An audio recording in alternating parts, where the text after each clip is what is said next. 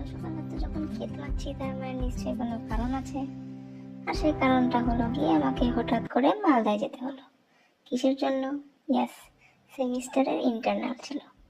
তো চলে গেলাম কোনো রকম জেনারেল বগিতে বসে বসে পৌঁছচ্ছি মালদা স্টেশনে।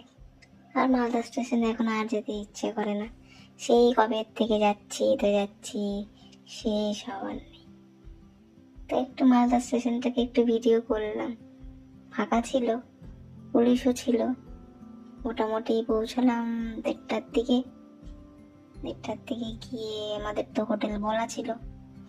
তারপর কোনো রকম এদিক ওদিক দেখতে দেখতে বেরোচ্ছি স্টেশন থেকে।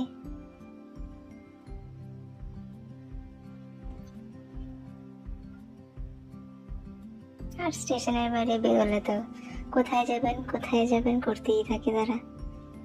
তাদের মধ্যে একজনকে চুজ করা হলো, করে আমরা বেরিয়ে পড়লাম হোটেলের উদ্দেশ্যে। খুব সুন্দর ওয়েদার, ঠান্ডা ঠান্ডা। শিলিগুড়িতে তো ঠান্ডাটা কম ছিল, ওইখানে দেখলাম ভালোই ঠান্ডা। তো গেট মারতে মারতে পৌঁছে গেলাম হোটেলে গিয়ে এই আয়নাটা আমার খুব পছন্দ। একটু তাই ফটো তুললাম, একটু ভিডিও করলাম। খুব একটা ভালো আসে না, তাও আর কি। তো যাই হোক, রাত্রে তখন তো ফ্রেশ হয়ে শুয়ে পড়েছি। সকালবেলা উঠে ইউনিফর্ম পরে যাচ্ছি কলেজের উদ্দেশ্যে। এই সেই রাস্তা, যে রাস্তা আর শেষ হয় না। হোটেল থেকে অনেকটাই দূরে, তাও যেতে হয়, যাই আর কি। দেখতে থাকো রাস্তাটা কত বড়।